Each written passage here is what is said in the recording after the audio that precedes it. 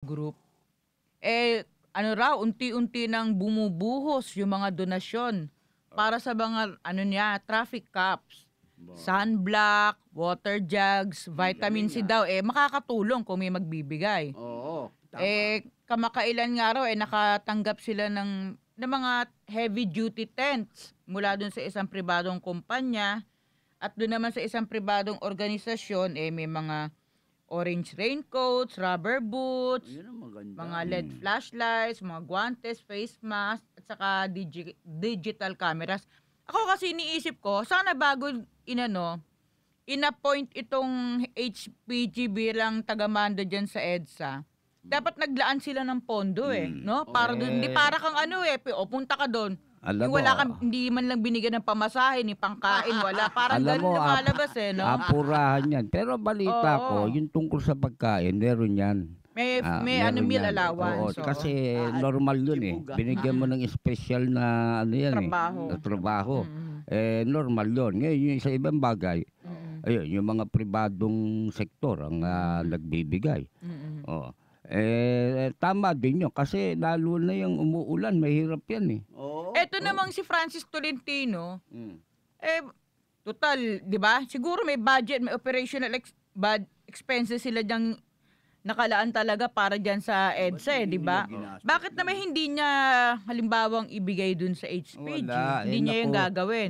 nung unang araw nga, kalawang araw sinasabutahi pa nga nila Oo. Wala nagbabantay na MMD na parang nagtampo Alam mo ba, ang ayaw tumulong. in-interview siya kahapon sa isang programa sa radyo. Kasi 'di ba binibida niya na siya pa mismo yung nag-suggest daw kay Pinoy na HPG yung gawing traffic cops diyan sa EDSA. Totoo kaya Nako, tinadtad sila ng text mula doon sa listeners nila Baka na hindi daw siya. Meron daw may binanggit na pangalan yung listener ganun. Na siya na utal. Nagkandabulol Kasi malaking sampal sa kanya yun Oo. Paano siya ang Para nagrekomenda? maisalba niya yung kahihiyan niya. Sasabihin niya ako pa nga nagrekomenda niyan kay presidente. Naku, ha? Naku. Sabihin, yung MMDA, inutil. At ang malaking tinik dyan, si Tolentino mismo. Kaya binunod siya dyan. Yan ang totoo niyan. Diba? Pero talaga, ang tigas na mukha, Oo. wala, hindi talagang tinatablan. hindi uso rito yung delikadese. Hindi nga. Hindi, bihira Kung sa meron yan. yan, siguro sa Korea, sa Japan. Sipa ka na riyan. Nagpatiwakal na yan, no? Oo, sa kahihiyan. O yung ganyan lang na nagkakabuhol-buhol yung traffic, tapos binabaha. Nako, sus Mariosep. Talagang siguro walang suicidal tendency. Okay. Ang oras po natin ay 41 minutes makalipas ang alas 9 ng umaga. Sige. Ang oras na ito ay hatid sa inyo ng PG Flex Linoleum. Gawa sa tamang quality at galing ng Pinoy. PG Flex, proud to be Pinoy.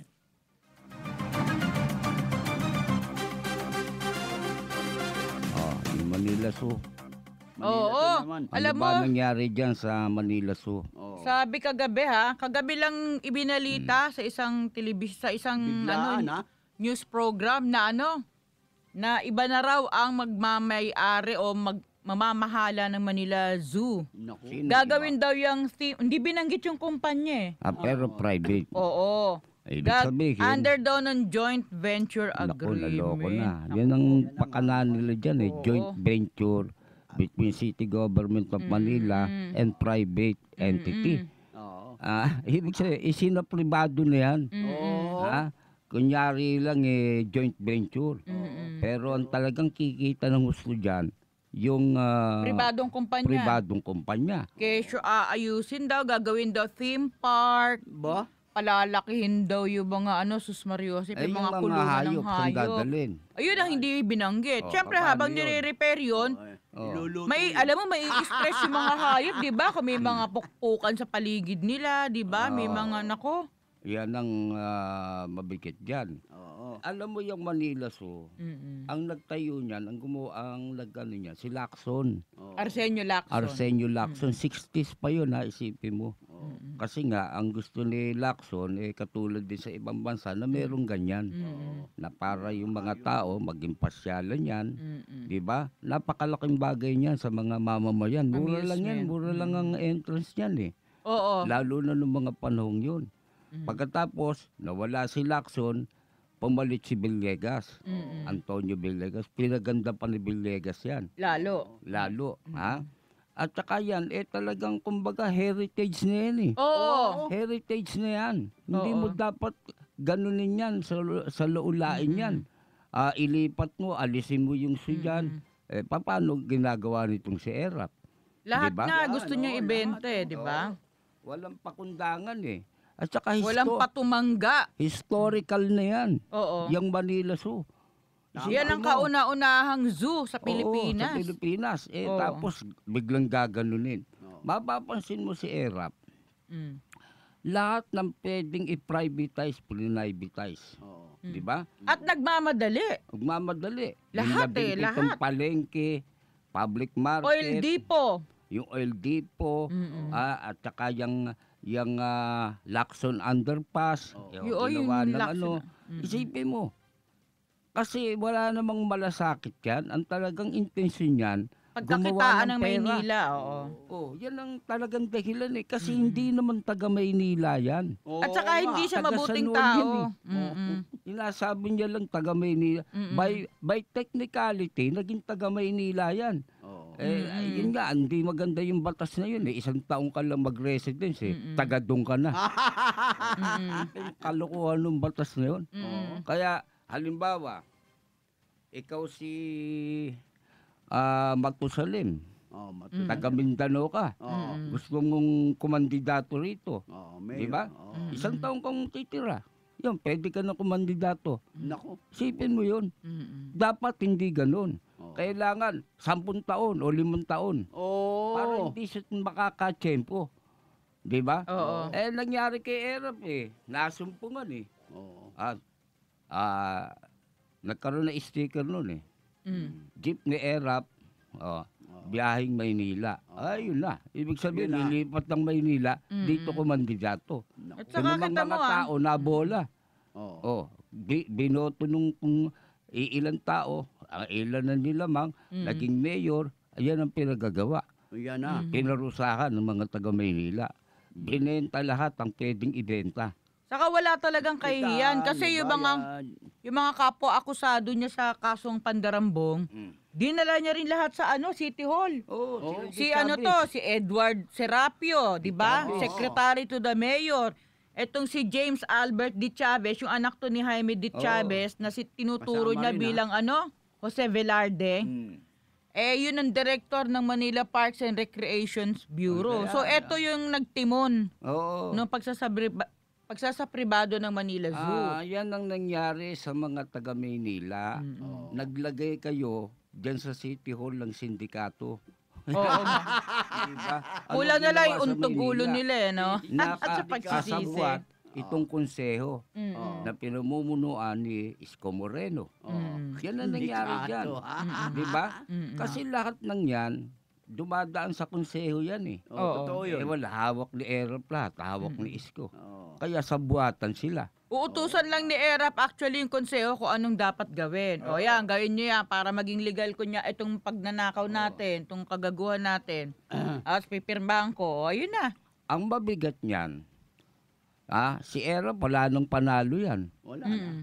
Olat yan, Itong plakda mga yan. private sector na to, kunyari, Mm. o baka naman kay Erap din mismo yan. Mga private companies. Oo, yan, oras na iba na mayor yan, si Mayor Limuli, pwede kayong kasuhan ng grab yan Oo, totoo yun. Pwedeng kansilahin yung kontrata nyo. Di ba? Yan ang mabigat dyan. Lalo na, Diba? puro anomalous. Anti-people Oo. di ba? Labag sa batas yung mga ganyan Anti-people yung mga proyekto ng ginagawa mo as public official. Pwedeng kansilahin yung kontrata. Tama. Hindi naman pwedeng pagtiyagaan lang ng taong bayan yung ginagawa mong kalokohan habang buhay, di ba? Kailangan ng mga taga Maynila, kumilos kayo. Oo. Buti naman, yung mga taga Palengke, kikilos na yata. Oo. Ha? Sa ano po, ulitin natin yung panawagan 14 ba yun? 14? September 14, market holiday. Lunes yun, sa Opo. Lunes. Ha? Hindi magtitinda o isasara ng mga tindero yung palengke. Ngayon may bago silang damage control dyan. Alam mo sinasabi? O ano sabi? Ang sabi, hindi naman anya tataasan ng upa, ganun din. Nako. Yung bola yun. Oo. Diba? Kasi private na mamamahala. Papayag na yun na Oo. hindi sila kikita ng malaki. Mm-mm. Siyempre, ang gusto ng pribadong kumpanya, kumita ng malaki, hindi maliit lang. Hindi naman yung mamumuhunan kung hindi kikita ng malaki yun di ba? Samantalang yan, kung tawagin, pamilihang bayan, public market. Kaya tinayo yan para sa publiko, makamura ng bilihin. Pagka pribado na yan, tataas ang bilihin dyan. Oo. Bakit? Tataas ang bayad mo sa pwesto. At saka lahat bago yung rights. Oh. Kasi di ba pag kukuha ka ng pwesto sa palengke, rights ang bibilhin mo dyan babayaran mo halimbawa for 5 years. Mag-a-advance ka dyan Oh. So kung ganitong bago na yung management, lahat yung dati nilang kontrata dun, nung public market pa lang yun, baliwala na yun. Saan naman kukuha ng puhunan ngayon yung mga tindero? Alam mo ba sa batas, ang unang may karapatan na pumwestro yung mga dati. Tama. Bibigyan mo ng priority yan. Dapat ganun diferensya, kung hindi kaya, ayun na. Bibitaw. Iba nang papasok doon. Yun lang simpleng pamamahala dun sa palengke. Dapat ang unang-unang tawag dito, priority dyan, yung Market Vendors Cooperative. Hindi private corporation o private Tsaka company. mawawala ang papel ng City Hall dyan. Bakit? May kapangyarihan yung pribado Ha? Kumbaga, mas malaki nila nilagay nilang puhunan. Bawat public market, merong kung tawagin na market master. Na tawag, yun ang namumuno dyan. Ano gagawin nito? Di wala na. Wala na. Sunod-sunuran na lang doon sa pribadong kumpanya. Kaya hindi maganda ginawa ni Erap yan. Inuna yung Kinta. Isipin mo, ang daming umaangal. Tapos susunod yung sa Santana, yung Dagoni ba yun? Tapos yung sa Sampalok. Yan na, kumikilos na yung mga nakapwesto dyan. At talagang kakalampagin ng gusto itong... Yung ginawa ni Erap na yan, malabo nang manalo siya sa eleksyon. Oo naman. Hindi niya na kayang bulahin yan. Ang dami niyan. Wala na lang sa sariling katinuan ng boboto dyan. Ito pa, yung nangyari sa Santa Ana, na yung lugar ni Atong Ang, di ba gagawin nila sana sa bungan? Nalaman ng mga tao ron. Hindi ba nagprotesta? Alam mo, sabi ni Erap, hindi daw totoo. Si Atong Ang daw, ang itatayo dyan, gym. Stadium. No, gymnasium. Parang gymnasium. Si Atong, magtatayo ng gymnasium. Saan ba nabuhay yan? Ang talagang master niyan, sugal. Paano mapagtatayo ng gymnasium niyan? Diba? Malaki yan ng katawan. Ano ka? Iintindihin ba ni Atong yung gymnasium? Hindi. Ang totoo niyan, yun ang talagang plano. Natunugan. Ang lagay, siraba ulo ng mga tao dyan magpoprotesta, hindi nila alam. Yan ang sinasabi natin na ginagawa nitong si Erap. Oy, maganda ang pangalan ng organisasyong nabuo dahil diyan sa sa pribado niya ng public markets, no? Save Manila Public Market Alliance. Alam mo ba 'yung acronym nila? SAMPAL. Talagang ipupustro nila, talagang desidido na ilunsad yung market holiday sa September 14. Alam mo ba, marami nang kausap dyan. Sila Erap, tsaka itong mga konsyal. Siyempre, nagbigay na yun Tama. Yari na kumida China nila ron Paano ngayon yan? Yan ang Umaalma ngayon itong mga Di ba? Tama. Itutuloy ba nila yan? Pagka tinuloy niyan, politically, nagpapatiwakal na si Erap. Tsaka yan, sila Isko. Ito, nagtataka ako rito sa Securities and Exchange Commission. Oo. 'Di ba? Ginigipit yung ibang mga involved sa direct selling, 'di ba? Kung ano-anong ginagawa nilang pagpapahirap doon sa mga lihitimo naman. Bakit itong mga shell companies ni ERAP na ginagamit dito sa privatization ng iba't ibang public properties ng Manila, hindi nila hindi nila okil-kilan katulad ditong naka-joint venture daw sa Quinta Market, yung Market Life Management and Leasing Corporation. Bakit hindi nila di ba? Dahil unang-una natuklasan ng mga vendors mismo, ng Vendors Association, na itong Market Life na ito, walang sapat na puhunan para isagawa yung kinuha nilang kontrata. Yung pagpapaganda raw ng Quinta Market, Ang diba? capital isipin mo, napakaliit. Pagkatapos papasok sa kontratang multimilyon. Oo. 80 million yata. 90. 90 million. Ang niregister, capital lang nila wala 3 million. 3 million ang niregister Saan nila. napunti? Oo. Kumbaga, yan yung mga fly-by-night Ha? How-show, no? Pagkatapos sinabi, may opisina sila sa isang lugar, doon puntahan yung lugar, wala naman pala. Ayun malinaw na yun. Yan. Bakit ang SEC ba hindi nagbabasa ng dyaryo? Wala. Hindi ba sila nagmomoto proprio yung Hindi, kung ano saan yan nilang eh. pag-iimbestiga? Kagaguhan Ang naman. wala. Kung sino lang ang magsumbong, kung nadyadyaryo, taka lang sila makikialam. Oo. Pero yung para anuhin pa nila yan. Katulad nga niyan, nabasa naman nila yan sa dyaryo, pero hindi sila kumikilos. Siyempre, Di ba? ang SEC, tanggap ng bayad yan. Oo. Parehas ka, sige. Ay, sa bagay, nung panahon ni ERAP, diyan siya nagkamali, no? Yung stock market manipulation, di ba? Nung BW Resources. May mga bata siya. Kaya kumanta nun sino yun? Yung SEC chairman nun, si Perfecto Yasay. Yasay. Ngayon. Yung si Erap, habang nasa politika yan, ako po, delikado. Oo. Ha? Sana dito matapos na yung dynasty yan. Total, sa San Juan, malakas yung makakalaban. Ay, oo. May tulog si doon, si Gia Gomez. Si Jinggoy naman, Kay Zamora. wala na to. Di ba? Wala na yan. Hanggang Preso na yan lang yan 216. Wala na yan. Di na senador yan. Ewan ko lang tong... Si J.B. Balot. Ay, si JB, andyan pa Oo.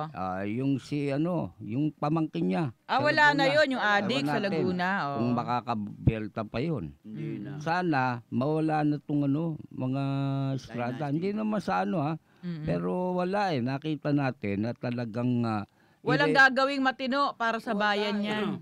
Basura yan ng Diyan, lipunan, garapal ang kaya wag nang ginawa sa tangkilikin. Maynila. Oo. Garapal na garapal. Mhm. Isipin mo yung mga illegal vendor dyan, santambak. Ha? Pinagkakitaan nila hanggang ngayon. Araw-araw ang kita dyan, ha? Oo. Tsaka ilang grupo yung kumukolekta sa vendor, no? Dami. Ito naman mga vendor, yun? Iyak ko. Ipinaghahanap buhay na lang nila si ERAP, Oo. si Isko at saka yung mga pulis, Lumaki MMDA. ang lumaki itong Kaya ang mahal Ang mahal ng tinda sa bangketa Dati, 50 lang araw-araw. Aba ngayon, umabot ng 160 yata. Mahigit 100 Naku po. ang inilalabas nila. Yung araw-araw lang yun, ha? Kung paano kung hindi ka nakapagbigay? Wala. Ay, meron yung Isang beses kang hanggang 3 beses yata may warning ka na. Oo. Alam mo ba Paalisin yung ka sa na nun. sa underpass sa Quiapo? Oo. Kung gaano ka kadalas magpalit ng damit, ganon kabilis magpalit ng mga doon, may-ari ng nagtitinda doon sa mga stalls, yung mga pinauupahan nila doon. 1,600 daw isang araw ang upa doon. Jesus Mario. 1,600. Isipin mo, kalokohan yan. Sa mo hahanapin yung 1,000, saan mo kikitain yung 1,600, di ba? Mapapasweldo ka pa ng empleyado Kaya yung mo mga doon. dating nakapesto ron, wala na ron. Kaya nga, ang Eh, dalas, nakausap linggo-linggo, ako iba-iba. Hindi na namin kaya yan. Talagang dito lang kami sa bangketa. Lalo sumikip yung bangketa ron. Pinagpuntahan yung mga dating nasa ilalim. Oo. Pero man, tinda mo lang doon mga duster. Wala. O kikitain mo ba yung 1,600? Ang tinda mo ron mga t-shirt, mga blouse, di ba? Mga shorts na pambahay, sabong panligo, shampoo. Kikitain may 1.6. Sabi nga nung isang nakausap kong Muslim dun sila na lang ang bubuhayin namin. Kaya hindi kami nagtatagal dito, sabi nga nila. Maalis na kami. Hindi lang niya masyado nilalakas yung boses dahil marami daw sip-sip dun sa paligid. Okay. Oo, takot sila. Natatakot pa.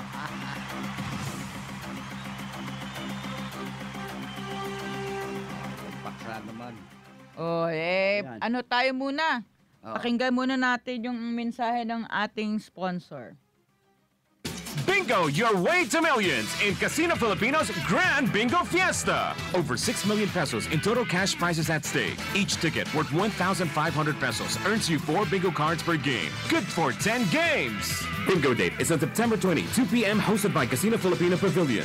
To be held simultaneously at participating Casino Filipino branches and satellites. For details, call 523-3678, 526-0337, locals 2402 and 2404. Or visit www.pagcor.ph. 2,000 mga bagong upuan ang ipinamahagi ng Pagcor-funded Pinoy Bayanihan Project sa 5 pinakamalalaking public school sa Tondo, Manila kamakailan. Kabilang sa mga paaralan tumanggap ng mga bagong armchairs ay ang Jose Corazon de Jesus Elementary School, Isabelo de los Reyes Elementary School, Magat Salamat Elementary School, Manuel L. Quezon Elementary School at Rosauro Almario Elementary School. Dinaluhan ng ilang Pagcor officials at ni TESDA Secretary General Joel Villanueva ang turnover ng Pinoy Bayanihan Armchair sa mga naturang paaralan. Ayon kay Villanueva, layo ng proyektong ito na mabawasan ang malaking kakulangan ng school chairs sa mga public school sa pamamagitan ng pagbibigay ng mga silyang gawa mula sa nakumpiskang illegal logs. Ang TESDA ang siya nagmamanufacture ng libu-libong mga silya at nagbibigay ng training sa mga manggagawa ng Pinoy Bayanihan production sites. Halos 60,000 Pinoy Bayanihan armchairs na ang naipamahagi ng Pagcor, TESDA, DepEd at DENR sa daan-daang public school sa Caraga at National Capital Region. Pinasalamatan din ni Villanueva ang Pagcor at si Chairman Cristino Nagyat Jr. sa patuloy na suportang ibinibigay para sa nasabing proyekto.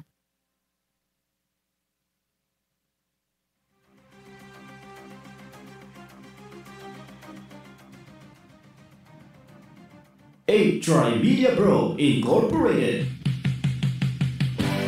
Narito ang mga kapanapanabik, punong-puno ng impormasyon at kasiyahan, mga programang ipinagmamalaki ng 8 Trimedia Broadcasting. Umpisa alas 9 hanggang alas 10 ng umaga, hataw sa balita at komentaryo kasama sina Jerry Yap at Percy Lapid. Alas 10 hanggang alas 11 ng umaga, kalusugan ay kayamanan kasama ang mga batikang doktor sa bansa, Dr. Charlie Mendez, Dr. Ray Salinel Jr. at Dr. Edwin Bien. Alas 11 ng umaga hanggang alas 12 ng tanghali, katapat at karancho sa radyo kasama sina Mayor Fred Lim at Miguel Hill. Alas 12 hanggang alas 12:30 ng tanghali, balita sa tanghali, mga nagbabagang balita ihahatid ni Miguel Hill.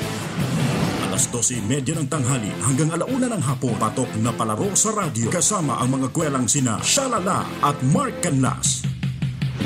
Alauna hanggang alas 2 ng hapon, pag-ibig, musika at iba pa kasama ang mga premyadong mang-aawit sa bansa, Lloyd Umali at Ima Castro. Hindi naman magpapahuli sa alas 5 ng hapon hanggang alas 6 ng gabi, Showbiz Galore kasama sina Rodel Fernando at Pelita Uy. Mga dekalidad na programa sa radyo, pinag-isipan at sinaliksik upang maging gabay sa pang-araw-araw na pamumuhay ng bawat Pilipino. Handog sa inyo ng 8 Trimedia Broadcasting. This program is brought to you by 8 Trimedia Pro Incorporated. Hahataw sa balita at komentaryo.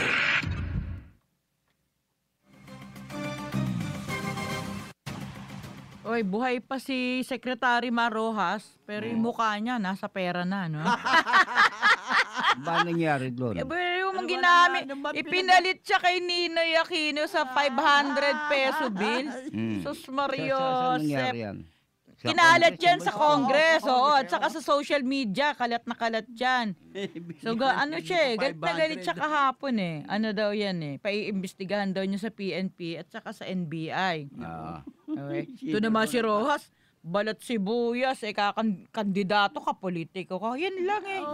Sus Maria Joseph. Hindi yun. Hinahanap Ako, ko, malalim kong iniisip yan eh. Alam mo ba, ang may pakanaan yan, baka si Ross din eh. Para Oo, pag-usapan siya. Parang attack me. Ha? Sinisiraan yung sarili niya para mapag-usapan. Ito, caption Yan ang ah. reverse. Na Ito, tinatawag. caption ng anong fake Mar Rojas Bills ah. Salapi pa more. Ibulsa ang pera, iboto ang kursunada. Ako ito naman, Salapi pa more. opinion ko lang. Baka may pakanaan yan. Si Rojas lang din. Yung kampo rin niya. yung grupo. Pero Pero cheap, niya no? reverse. Reverse sa advertisement. Na para sisiraan mo yung sarili mo. Para magmukha kang api. Magmukha kang martir. Style yan. Di ba? Bulok. Style na. Una Alam mo, muna, kung ako kalaban ko naman gagawin yun. Ano ba favorite ko nun? Di ba?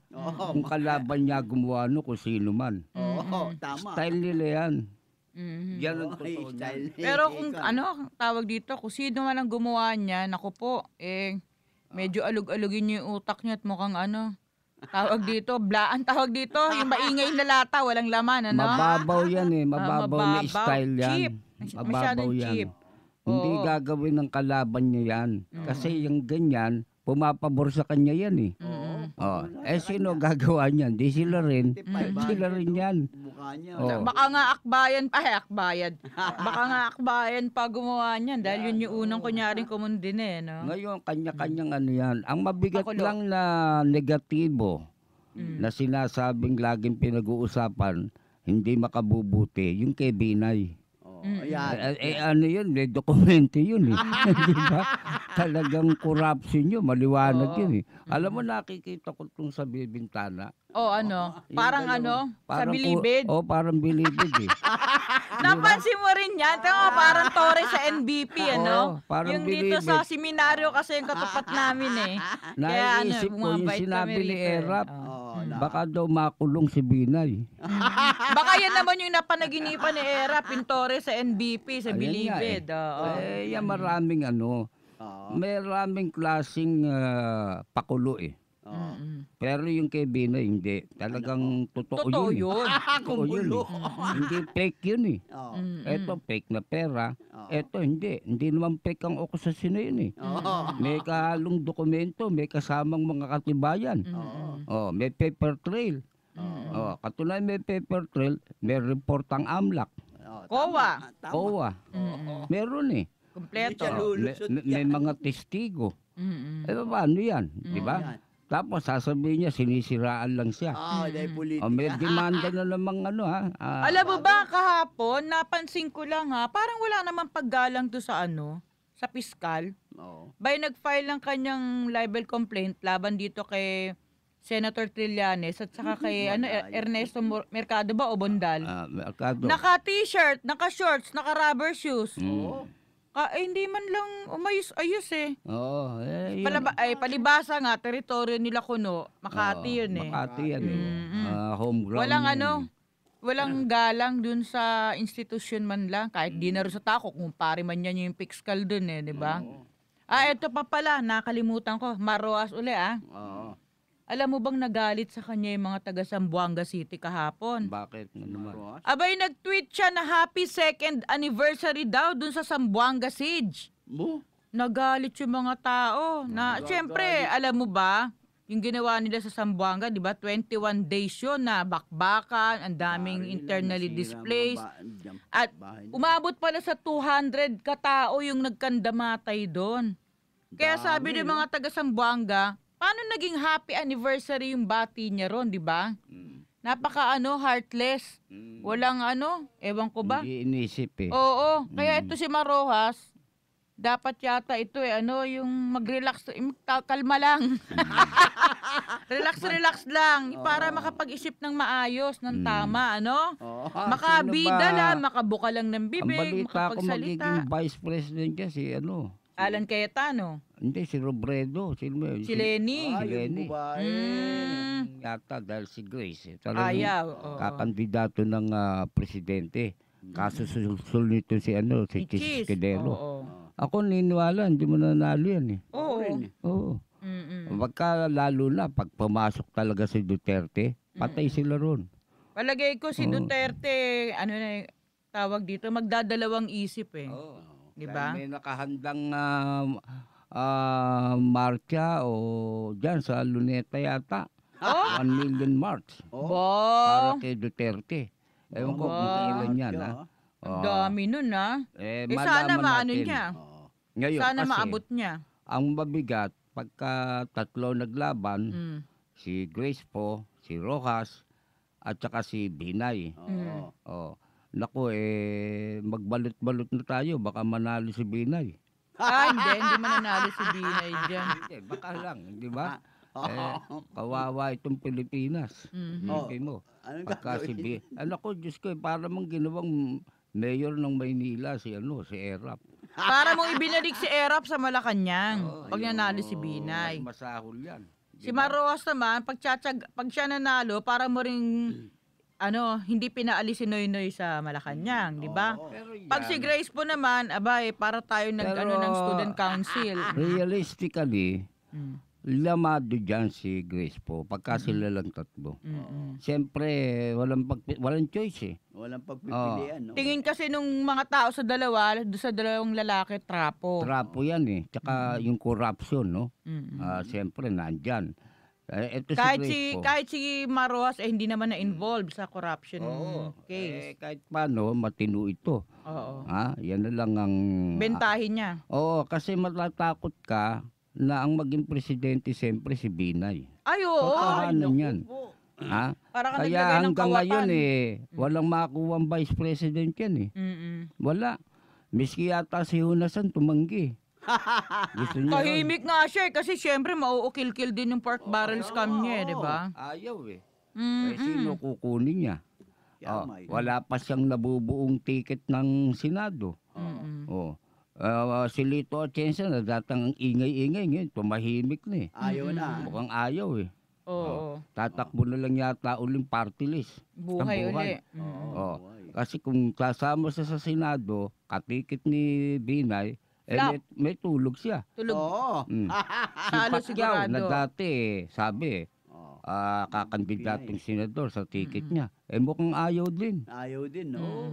Ibang partido sa Nung lumabas kasi yung report ng AMLAC, ayun na kahit nauuto pa sana niya yung iba, na na kumbaga natauhan eh. Oo. Totoo ito. Kaya kumbaga itong si Binay wala na, talagang hindi pa sumisikat. Nalaos na. Ganun ang nangyari dyan. Di ba? Wala matinding nagkataon naman na naungkat lahat. Nagsimula yan doon yung abuso nila yung doon sa Dasmariñas ba yun? Dasmariñas Village, yung pinag-initan nila yung gwardiyan. Isipin mo doon. Doon nakarma nakita mo. Doon nakita yung pagiging abusado. Abusado Oo. Yun, lumitaw yan palang Ayan na, mga unti-unti na, dyan sa Makati, ito nangyayari. Di ba? Ngayon, ang nangyari ngayon ay naging masyado ng defensive ang mga Binay. At wala na, kadi-depensa mo, Ayun. babaksa ka rin eh. Oo. Kumbaga sa boxer sa dami ng suntok na inaabot eh. Oo. Di ba? Pwede bang hindi ka matulog? Oo. Ganun yan. Yan ang nangyari. Ang politika sa Pilipinas, Masyadong matindi. Napakahirap minsan na i-analyze. tansyahin. Kasi Gusto na, mag-political analyst na lang kaya tayo. ang pagka-presidente, pinanganganak yan. Destiny yan, Destiny yan. Sapagkat yung pagka-presidente, iba yan eh. Sa Biblia, kung tawagin yung mga sugo yan eh. Oo, tama. Yung mga leader ng bansa. Pero pag Nakita mo. napatalsik ang presidente, hindi niya natapos yung kanyang termino. Kanya na, siya may kasalanan nun. Okay. Ngayon, ang totoo ito si Erap nakita mo. Oo, yan. Nanalo, di ba? Nalo. Hindi talagang destiny. Bakit? Hindi talagang Talsik binigay ng Diyos eh. Di mo napatalsik, sandali lang. Si Cory. Wala namang alam yun, di ba? Pero naging presidente. Si Noynoy, ganun din. Nung araw, ang daming kumakandidato ang gagaling. Sila Recto, Manahan. Nung panahon ni Garcia, Salonga. hindi pa wala pa yun si Salonga. Sila Recto, Tanyada, yung matatanda. Ang gagaling nun. Hindi manalo eh. Bakit? Hindi sila para doon. Ang gagaling nun. Matatalino yun. Talagang mga statement yun. Ha? Pero wala eh. Hindi pwede. Parang si Puno. Si Justice Chief hindi siya pampresidente. Ganun yan. Ngayon, dito sa tatlong naglalaban, sino dyan ang naka-destiny na maging presidente? Alam mo kung si Duterte nandyan, yan ang destiny. Sapagkat napapanahon si Duterte sa dami ng problema natin sa krimen. Sana tumakbo. Tsaka wala natin. ring bahid naman ng corruption si Duterte. Wala. Ang kaso lang ni Duterte, patayan eh. At Martin. saka Ganyan. hindi naman siya nasangkot sa pagpatay sa isang inosente, no? Oo. Puro kriminal naman Puro yung mga kriminal yung bumubulagta. Diba? Niyayari niya. Nadali. Inaamin niya naman eh. Na siya talagang galit sa kriminal. Pero hindi niya inaamin siya pumatay doon. Siyempre, kahit yung Davao Aminin. Death Squad, hindi naman niya inaamin yun di ba? Pero gusto ng tao. Oo. Bakit? Pinapatay niya talagang salot sa lipunan. Positive. Oo, positive na Yan, sa kriminal. Oo. Ngayon, ang nangyari dyan, pati yung mga isda sa Manila Bay nalungkot. Nalungkot niya yun, ha? Kasi sabi Dahil wala niya, na eh. itatapon niya rin yung mga Oo, kriminal. pakakain niya sa isda. Para diba? tumaba yung mga isda ron. Oo. Sinabi ni Duterte, hindi na siya tatakbo. Nalungkot. Nag-iiyakan yung mga Balita ko, isda. magrarally din yung mga isda. Kasama sa 1 million march. Diba? Ganyan Nalungkot katindi yung isda. yung Duterte. Sana magbago isip. Ako naniniwala. Ano babago. kaya ang tingin mo na makakapagpabago ng desisyon niya? Na, Diba, pagka nakita niya na yung 1 million. numbers Ako, game may din. No? paniwala rin ako. May Baka boto strategy. May boto na siya, 1 Kapilit. million eh. Strategy. Kunyari. Ayaw ko na. Pero alam mo, may mga backer na yan eh. Ang katunayan, marami lang lumabas na advert. Hanggang ngayon nga, meron sa radyo. Oy, alam mo ba si si US President Barack Obama, nagkaroon na interest na diyan pinakuha yung kanyang profile dun sa isang embassy official dito sa Pilipinas. Yun ang balita Kaya parang nagkaroon ng napukaw niya yung Yung- interest ni Obama. Kaya kung halimbawa man na basbasan siya ni Uncle Sam, ewan ko lang kung may magrereklamo pa. Diba? Baka yun ang dapat sa tindi ng krimen ngayon. Ay yun lang droga, napakalalang problema yan. Oo. Hindi pwedeng ipagwalang bahala yan sapagkat ang nakasalalay dyan yung mga anak natin. Tama. Di ba? Buti kung tayo lang eh. Tayo ba magsasabo pa atong? Nakakahiya naman yun, yung edad nyo nga, ipapasok ko pa kayo sa rehab. Diba? Hindi, tsaka sa tignan kung tayo. Ang sama Alam mo eh. kung saan addict si Mang Atong. Sa paracetamol. Yan, meron na. Meron na. Ah, Ay, salamat. Tumingala pa no? Ako bukas, Hindi, kung matulog ngayon si Atong, nakatingala. Kasi ganun. nahihilo siya pag nakayuko. Oo. Ganon? Bakit? Iba sakit niya eh. Ano? Boy tingala Oo. Kaya lagi siyang nakatingala. Oo. Ngayon, mabalik tayo kay Duterte. Sana, Sana. Kasi pag Bago apat isip, ang naglaban, talo na sila. Duterte na yan. Sige, At abangan mas natin yan. maganda. Ilang minuto na lang ba tayo? Ano na tayo Time is up. Sige. Mm. Paalam Ang na. oras po natin ay 10:16 ng umaga. Ang oras na ito ay hatid sa inyo ng Oxybright.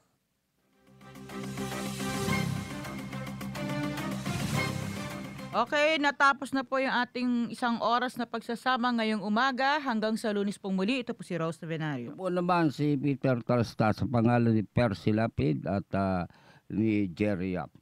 Maraming salamat po sa lahat po ng sumubaybay dito sa Hataw sa Balita at Komentaryo ni Ka Jerry Yap at Percy Lapid. Ito po si Atong Ma'am, ang buhay po kayo.